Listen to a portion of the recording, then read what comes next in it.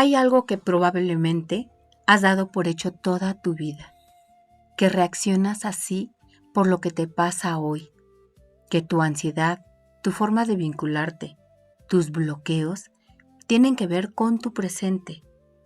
Pero, ¿y si no fuera así? ¿Y si muchas de las respuestas que hoy te definen no se originaron en la vida adulta? ¿Y si tu sistema nervioso no estuviera reaccionando a la hora, sino a algo que aprendió hace mucho tiempo? Antes de que pudieras explicar lo que sentías, tu cuerpo ya estaba aprendiendo si el mundo era seguro o impredecible, si podías relajarte o tenías que mantenerte alerta, si ser tú mismo te acercaba a los demás o te ponía en riesgo. Y todo eso ocurrió en un lugar muy específico, en tus primeras relaciones. Aquí es donde aparece una idea que cambia completamente la forma de entendernos. Tu cuerpo no se desarrolló en aislamiento, se desarrolló en relación. Cada gesto, cada respuesta, cada ausencia fue moldeando poco a poco la forma en la que hoy sientes y reaccionas. Porque el trauma, y esto es clave entenderlo, no siempre es un evento. A veces es un entorno donde quizás no hubo golpes, pero sí desconexión, donde tal vez no hubo peligro evidente, pero tampoco hubo suficiente seguridad, donde no siempre te sentiste visto, regulado, acompañado, y tu sistema nervioso hizo lo único que podía hacer: adaptarse. Tal vez aprendió a estar siempre atento, a inhibir lo que sentías, tal vez a necesitar intensamente a los demás o a no depender de nadie, no como una elección consciente, sino como una forma de sobrevivir. Y aquí es donde empieza a cobrar sentido todo, porque muchas de las cosas que hoy te generan conflicto son patrones que tuvieron un origen, un contexto, una lógica. Así que en este episodio no vamos a preguntarnos qué está mal conmigo. Vamos a ir a una pregunta mucho más profunda. ¿Qué aprendió mi sistema nervioso sobre el mundo y sobre mí cuando apenas estaba empezando a existir? Porque hay algo que necesitas ver con claridad. No reaccionas desde el presente, reaccionas desde una historia que tu cuerpo aprendió a anticipar. Y cuando empiezas a entender eso, no solo cambia la forma en la que miras tu pasado, empieza a cambiar la forma en la que te entiendes hoy. En este episodio vamos a hacer algo poco habitual. No vamos a enfocarnos en lo que te pasó, sino en lo que se fue repitiendo. Porque muchas de las respuestas que hoy vives, emocionales, relacionales, incluso corporales, no se originan en eventos aislados, sino en patrones de relación que tu sistema nervioso aprendió muy temprano. Vamos a explorar cómo el cerebro de un niño se desarrolla en vínculo, cómo la sintonización o su ausencia organiza la regulación emocional y cómo, cuando el entorno no ofrece suficiente seguridad, el sistema no se rompe, se adapta. También vamos a comprender por qué el trauma del desarrollo no siempre deja recuerdos claros, pero sí deja huellas profundas en la forma en la que sientes, te percibes y te relacionas. Y sobre todo, vamos a instalar una idea que puede cambiar completamente tu forma de entenderte. No reaccionas desde el presente. Reaccionas desde una historia que tu cuerpo aprendió a anticipar. Este episodio no es para mirar atrás con juicio, sino para empezar a ver con claridad. Para comprender verdaderamente el origen de muchas de nuestras respuestas actuales, es necesario hacer un desplazamiento fundamental. Dejar de mirar únicamente los eventos y empezar a observar los entornos en los que esos eventos ocurrieron.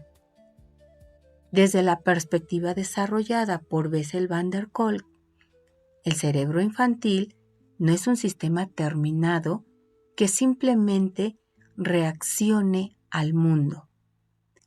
Es un sistema en construcción, profundamente dependiente de la calidad de las relaciones que lo rodean. Esto implica una afirmación central. El desarrollo cerebral ocurre en vínculo. En los primeros años de vida, el niño no cuenta con la capacidad de autorregularse de manera autónoma. No puede calmarse por sí mismo de forma consistente. No puede organizar sus estados internos sin ayuda externa. Tampoco puede, en términos neurobiológicos, sostener equilibrio sin otro regulador. Por eso, el sistema nervioso del niño depende de una función especial que van der Kolk describe con precisión: la sintonización. La sintonización implica que el cuidador sea capaz de percibir el estado interno del niño, interpretarlo adecuadamente y responder de forma contingente y consistente. No se trata solo de cuidado físico, se trata de una coordinación emocional y fisiológica. Cuando esta sintonización ocurre de manera repetida, el cerebro del niño comienza a organizar circuitos asociados a la regulación emocional, a la autoconciencia, la capacidad de establecer relaciones seguras. En otras palabras, el niño no nace con la capacidad de regularse, la adquiere, y la adquiere en relación. Sin embargo, cuando este proceso falla, no de manera puntual, sino de forma crónica, el sistema no deja de desarrollarse. Se desarrolla en torno a otras prioridades. La principal, la supervivencia. Aquí es donde van der Kolk introduce un cambio conceptual profundo. El trauma del desarrollo no es necesariamente un evento extremo. Es con frecuencia un patrón relacional persistente. Un entorno donde la regulación compartida no está disponible de forma consistente.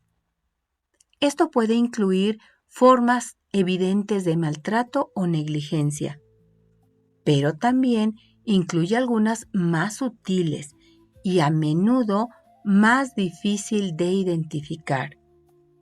La ausencia de respuesta emocional, ausencia de reconocimiento, ausencia de coherencia en la relación.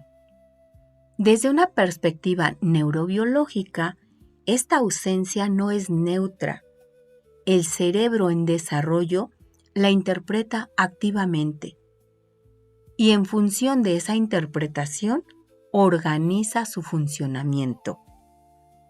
Uno de los sistemas más afectados en este proceso es el eje de respuesta al estrés. Van der Kolk documenta cómo la exposición temprana a entornos impredecibles o no reguladores altera la calibración del sistema nervioso. Esto puede dar lugar a dos grandes tendencias: hiperactivación o hipoactivación.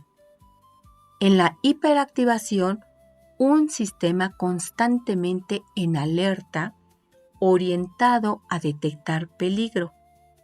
En la hipoactivación, un sistema que reduce su sensibilidad como forma de protección, generando estados de desconexión o embotamiento. Ambas respuestas no son disfuncionales en origen, son adaptativas. Surgen como soluciones frente a contextos donde la seguridad no está garantizada. A nivel relacional, estas adaptaciones se expresan a través de lo que la teoría del apego describe como estilos inseguros o desorganizados. Aquí emerge uno de los hallazgos más relevantes. Cuando la figura de apego, quien debería ofrecer seguridad, es simultáneamente fuente de miedo, inconsistencia o ausencia, el sistema del niño entra en una contradicción estructural. Necesita acercarse para sobrevivir, pero acercarse activa el sistema de amenaza. Esta imposibilidad de resolver la paradoja genera lo que se denomina desorganización del apego. Y esta desorganización no se queda en la infancia, se internaliza como un modelo de relación. Van der Kolk muestra cómo estos modelos tempranos se convierten en plantillas implícitas que organizan la experiencia futura.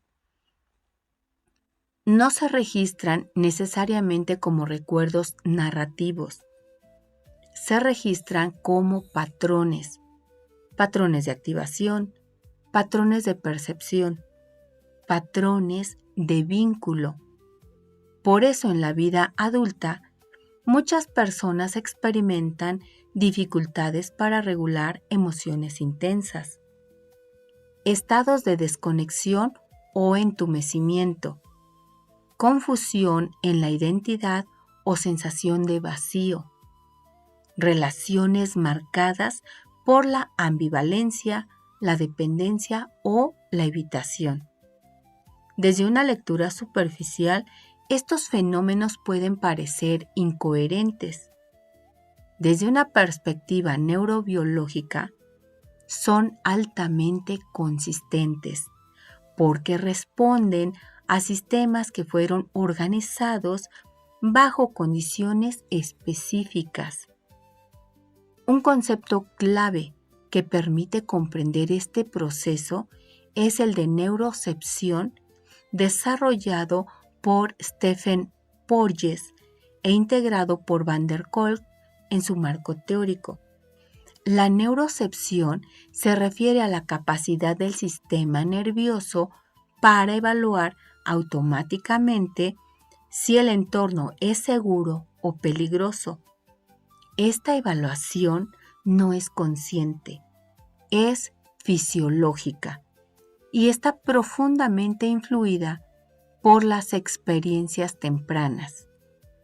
Un sistema que creció en un entorno impredecible tenderá a detectar amenaza incluso en contextos relativamente seguros, no porque la persona exagere, sino porque su sistema fue calibrado en condiciones donde esa hipervigilancia era necesaria. En contraste, cuando el niño cree en un entorno donde predomina la seguridad relacional, ocurre algo distinto. Las interacciones afectivas consistentes modulan el sistema nervioso, permiten el acceso a estados de calma, facilitan la exploración, favorecen la integración de diferentes redes cerebrales. Esto tiene implicaciones directas en la capacidad de aprender, de vincularse y de desarrollar un sentido coherente del yo. Quiero platicarles de un caso que describe Van der Kolk. Si una persona fue afectada en su infancia y ve a un adulto que va pasando por la calle o que viene atrás de ella, posiblemente piense que ese adulto la va a agredir nuevamente, como sucedió en la infancia. En cambio, si quien ve al adulto caminar por la calle es una persona que no tuvo conflictos infantiles de ese tipo, entonces esta persona solo va a identificar otro adulto que va dando un paseo por la calle. Aquí podemos darnos cuenta cómo las condiciones de la infancia van configurando la percepción y van determinando cómo vivimos nuestra vida de adultos. De hecho, Van der Kolk sostiene que la integración del cerebro, la coordinación entre la corteza prefrontal, sistema límbico y sistemas corporales dependen en gran medida de estas experiencias relacionales tempranas. A partir de este marco, el concepto de trauma se amplía de manera significativa. Ya no se limita a eventos extremos. Incluye la exposición prolongada a entornos que no proporcionan las condiciones necesarias para un desarrollo integrado. Esto es lo que Van der Kolk denomina trauma del desarrollo, una forma de trauma acumulativo, muchas veces invisible, que impacta múltiples dominios: la regulación emocional, la atención y la conciencia, la conducta, las relaciones interpersonales, la autopercepción. Y aquí aparece un punto crítico en su análisis. Muchos de estos niños, posteriormente adultos, son frecuentemente mal diagnosticados. Sus síntomas se interpretan como trastornos aislados, déficit de atención, problemas de conducta, desregulación emocional.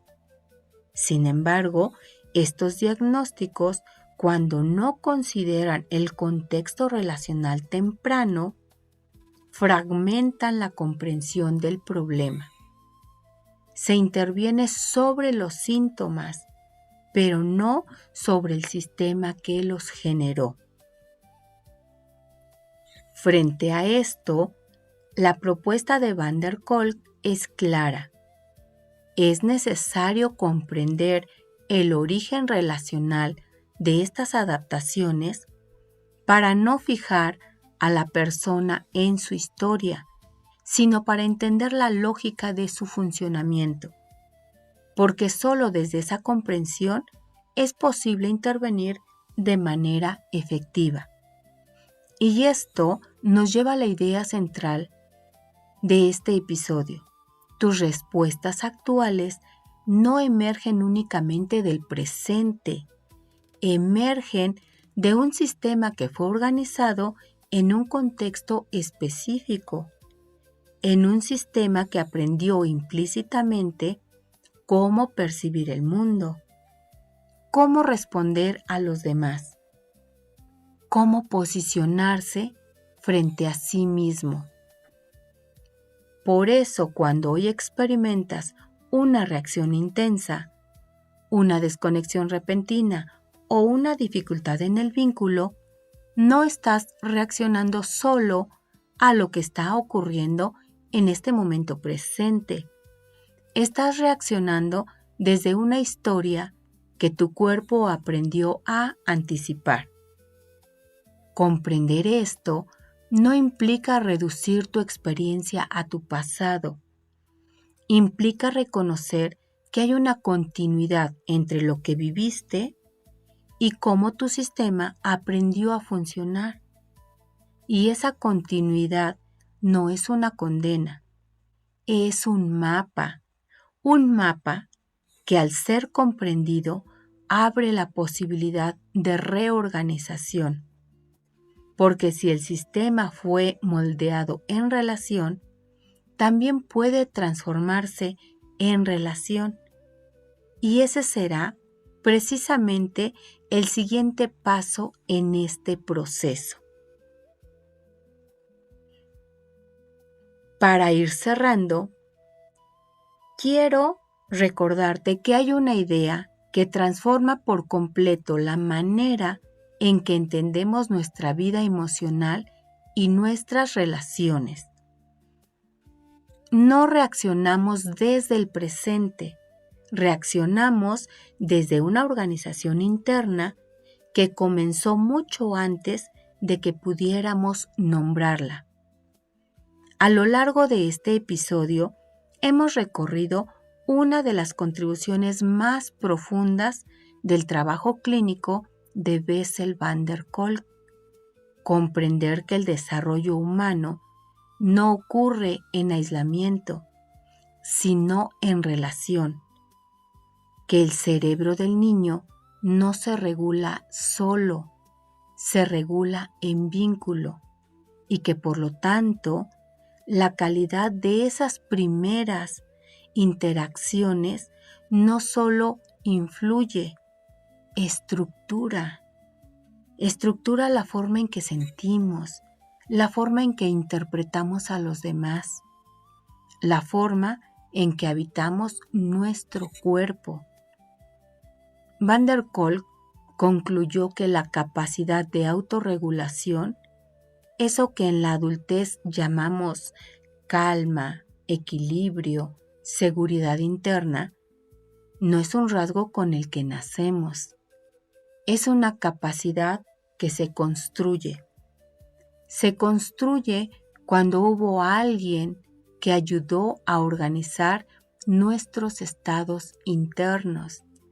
Y si tú eres padre de familia, te invito a que pienses cómo tus hijos en la infancia están construyendo su percepción del mundo a partir de tu orientación, de tu apoyo, porque se construye una estructura, una capacidad de autorregulación cuando hay sintonización, cuando hay respuesta, cuando hay comprensión y apoyo. Pero cuando ese entorno se vuelve inconsistente, impredecible o emocionalmente ausente, el sistema nervioso no deja de desarrollarse, se adapta y esa adaptación es profundamente inteligente. Un niño que no encuentra regulación afuera reorganiza su sistema para sobrevivir adentro desde ese contexto. A veces eso implica volverse hipervigilante, leer microseñales, anticipar cambios emocionales en nosotros. Otras veces implica desconectarse, disminuir la intensidad de la experiencia, sentir menos para no desbordarse. Y con el tiempo, esas formas de adaptación dejan de ser respuestas situacionales y se convierten en patrones. Patrones emocionales, relacionales y de identidad. Aquí aparece uno de los puntos más críticos que Van der Kolk plantea. El trauma del desarrollo no es un evento, es un entorno. Un entorno donde lo que más impacta no es siempre lo que ocurrió, sino lo que faltó, lo que falta en el caso de nuestros pequeños. Y puede faltar regulación, consistencia, una presencia que ayude a integrar las experiencias. Y cuando eso ocurre de forma repetida, el sistema de apego puede desorganizarse, es decir, la misma figura que debería generar seguridad también activa amenaza.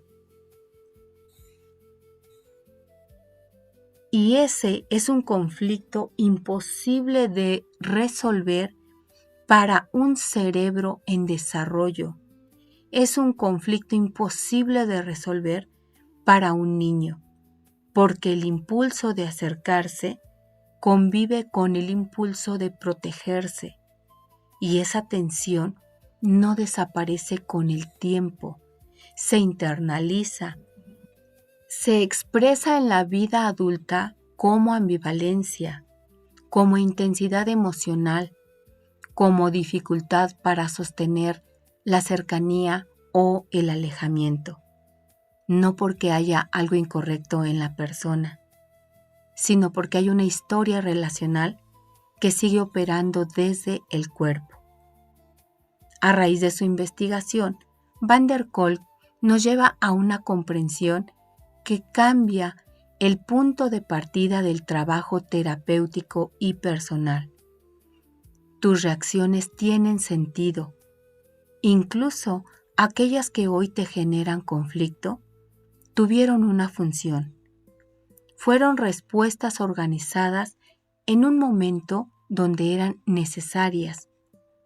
Y este es el punto de quiebre, porque cuando dejamos de ver nuestras respuestas como fallas y comenzamos a verlas como adaptaciones, aparece algo nuevo, comprensión. Y con la comprensión aparece la posibilidad de transformación. No para negar la historia, sino para dejar de estar determinados por ella. Ahora bien, si todo esto es cierto, si tus patrones actuales no nacieron en el presente, sino en experiencias tempranas que tu cuerpo aprendió a organizar, entonces surge una pregunta inevitable. ¿Por qué muchas veces no puedes explicar lo que te pasa aunque lo sientas con tanta intensidad? ¿Por qué hay emociones que aparecen sin palabras? ¿Por qué hay reacciones que no logras traducir, pero que son profundamente reales en tu experiencia? Y aquí es donde entramos en el siguiente nivel de comprensión, porque el trauma, como lo plantea Van der Kolk, no se almacena principalmente como una historia narrativa. Se almacena como una experiencia sensorial, emocional, corporal. Y eso significa que hay partes de tu historia que no están en lo que puedes contar, sino en lo que tu cuerpo todavía vive y expresa. En el próximo episodio vamos a entrar exactamente ahí, en ese territorio donde el lenguaje ya no alcanza, pero la experiencia sigue hablando. Porque hay emociones que nunca pudieron expresarse y sin embargo siguen presentes. Y cuando empieces a reconocer ese lenguaje, no solo vas a entenderte mejor, vas a empezar a escucharte de una forma completamente distinta. Nos vemos en el siguiente episodio.